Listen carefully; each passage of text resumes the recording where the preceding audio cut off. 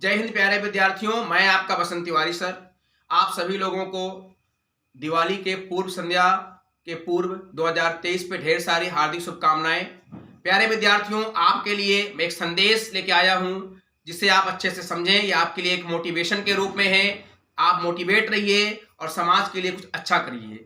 निश्चित रूप से आप 2023 के में बैठे हैं और आपने देखा 2023 आपका कैसा बीता।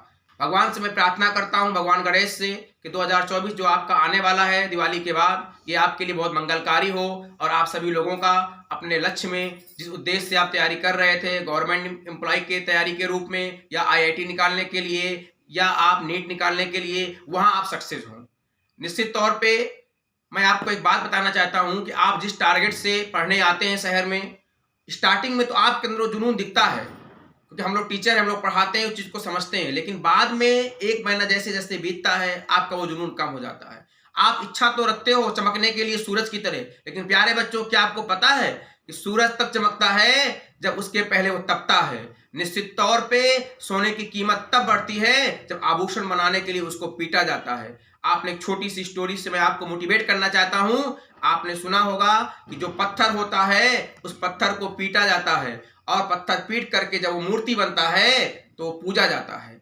उसी प्रकार से आपको जीवन में अगर सफल होना है, महत्व बढ़ाना है, तो पहले आपको उस पत्थर की तरह, जिसका एक कारीगर तराश करके, उसको कूट करके, उसको स्ट्रांग बना करके, उसको आकृति देता है, तब वो सक्सेस होता है। उसी प्रकार से आपको अपने लिए अच्छे से पढ़ना होगा, मेहनत करना होगा। क्योंकि एक बार एक छोटी सी स्टोरी है कि दो पत्थर थे, तो उस पत्थर को एक कारीगर मूर्ति का आकृति देना चाह रहा था। तो पहले पत्थर ने बोला कि मुझे मत कूटो, मैं जैसा हूं सही हूं। उसने कहा नहीं, मैं तुम्हें कूट करके, तुम्हें स्ट्रांग करके, मैं तुम्हें मूर्ति बनाऊंगा और तुम्हारा सम्मान बढ़ेगा। लेकिन वह हार्ड वर्क करने के लिए स्टार्टिंग में तैयार नहीं हुआ और वो लक्ष्य से पीछे हो गए। वहीं दूसरा पत्थर जो उसके बगल में था, उसे पीट करके उस कारीगर ने स्ट्रांग बनाया और एक मूर्ति का आकार दिया।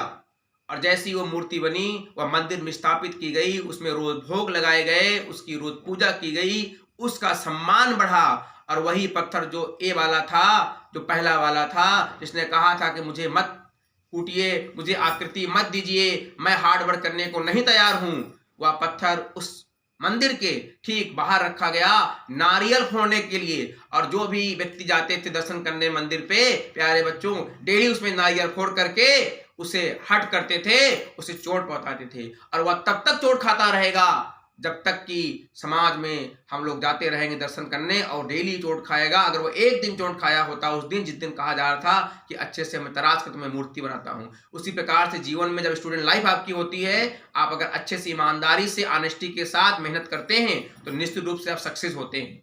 यही मैं आपको समझाना चाहूंगा कि शेर की तरह लीडर बनिए, लक्ष्य को याद रखिए, बगुला की तरह रहिए। बगुला जिस प्रकार से जाकर के मछली पर अटैक करता है तो कभी खाली चोट नहीं आता। उसी प्रकार से आपका 1 बाय 1 टारगेट हो और जीवन में आप जरूर सक्सेस होंगे। इसी शुभकामनाओं के साथ आपके लिए दिवाली मंगलमय हो 2023। जय हिंद।